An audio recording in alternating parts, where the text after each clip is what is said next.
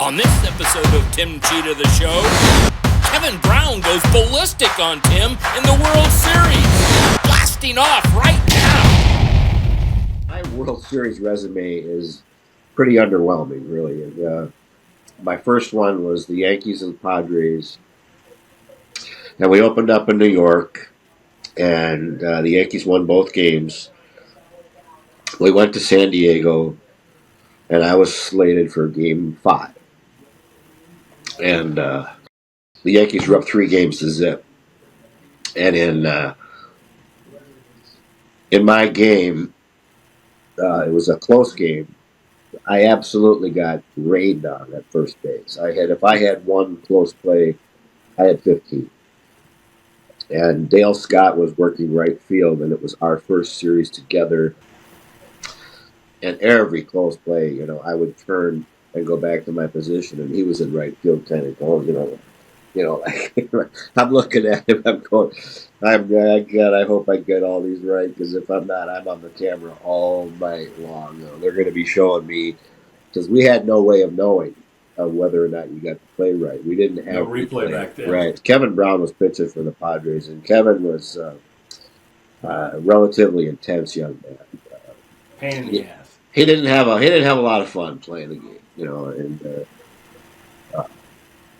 the Yankees were kind of dinking and doinking and, just a little flare here and a flare there. He's really starting to get hot on the mound now because they're not hitting him hard. They're just hitting him enough.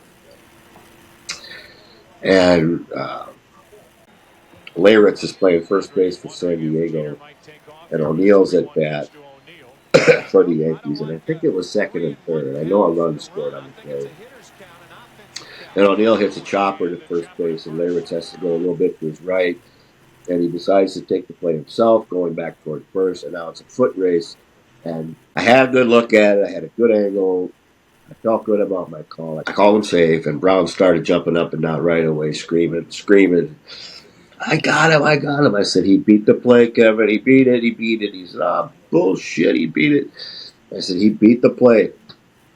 And he said, bullshit, Tim. I tell you what, you're going to see the replay, and you're going to see how bleepity bleep you are. That's all he said. Now, under any condition whatsoever, in any game that I've ever umpired in my life, he's gone immediately for what he said. And I stepped back, and I hesitated just ever so slightly.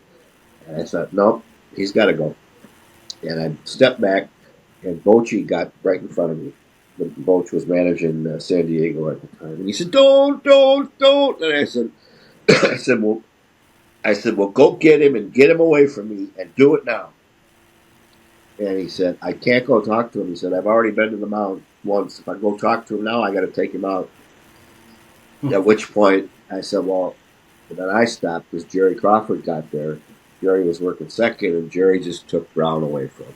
And so things settled down, but this is way past the replay roar. Okay, I have no chance of hearing whether or not I'm right. Right. And you know what? Any guy that denies that this thought goes through your head and says it doesn't happen is a bold-faced liar. All you care about is that you got it right. And it's not about being right, it's about getting it right. And there's a difference. There's no ego involved here. And things settled down, and then we put the ball back in play. And the last out was just a ground ball to second, I think, or something. They threw it at first. And I knew Brown was going to say something to me walking off because they were on the first base dugout. And I called the play, and I turned my back on him and walked into the outfield. For experience teaches you anything over the years. If you think they're coming, if you think he's going to come, move the opposite way and make him come towards you. Now you've got him. Now he's done everything wrong. And now you've got all the bullets. And I'm told that when he walked off the mound, he looked at me like this and did that. Definitely looking at giving you the death stare. Right. And I knew it was coming. It was coming. Well, yeah, and as an umpire, you want to walk away from it and, hope that if he does do something, a partner's going to pick it up and dump him for it. Because you give him every opportunity not to do it. we all have a saying in that business, Al. You should leave enough rope out there; they'll hang themselves with it. Exactly. And that's what you want. There's that long-standing myth about umpires and referees. All they do is look for trouble. No, we look to avoid trouble. We look every possible way to avoid what could be a problem. Okay, and after you've done that, and the problem still occurs, then it's all on the player or the manager or coach. I did my job. And you don't want to be the instigator or the guy that prolongs the argument. Not to say that it's never happened. This was like the 7th inning or something. And, I'm thinking about, God, I hope I got this right. Because if I didn't get it right, they're showing this and showing this and showing this over and over and over and over on TV. And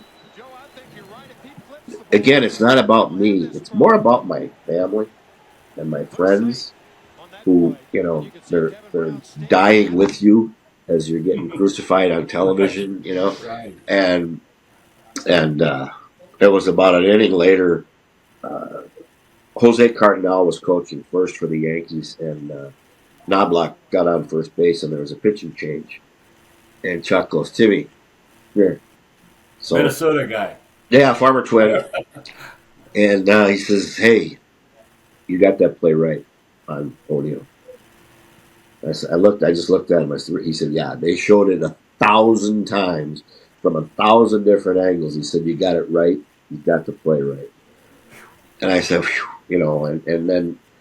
but then I thought, the other part was, did I make us look bad by not running him?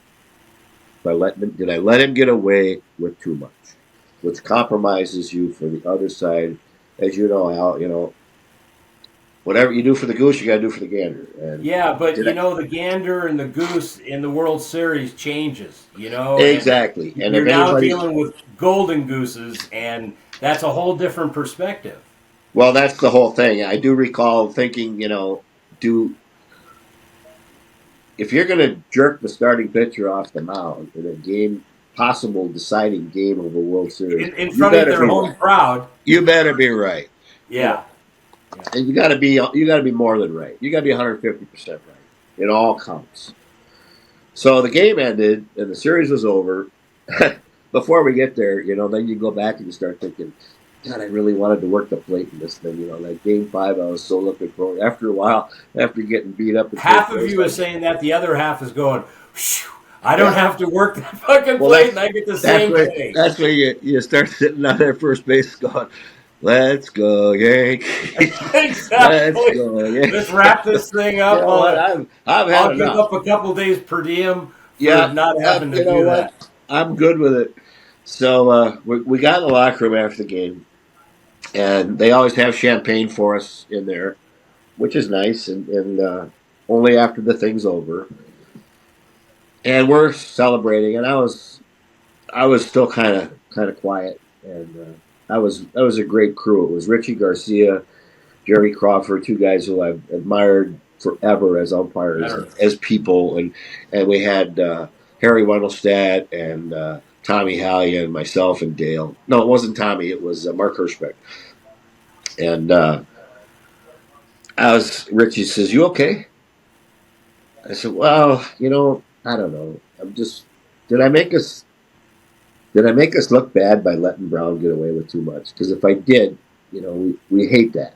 And again, it's not about being right. It's about representing your profession to the nth degree as you're supposed to, Because sometimes you just got to do something that's not going to be popular, and we know that, all right? And Richie just said no.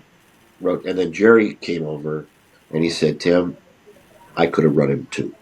When I pulled him away from you, he said something to me that I'll never let go, but I let it go. In the World Series, he said, you did the right thing. You made us look good. You didn't make us look bad. You made us look good. And I went, then I was ready for some champagne. Then I was relieved. And you go, that's more important than anything is we're all going to make mistakes, and we can live with that. Come back soon for more great calls on Tim Tschida, the show.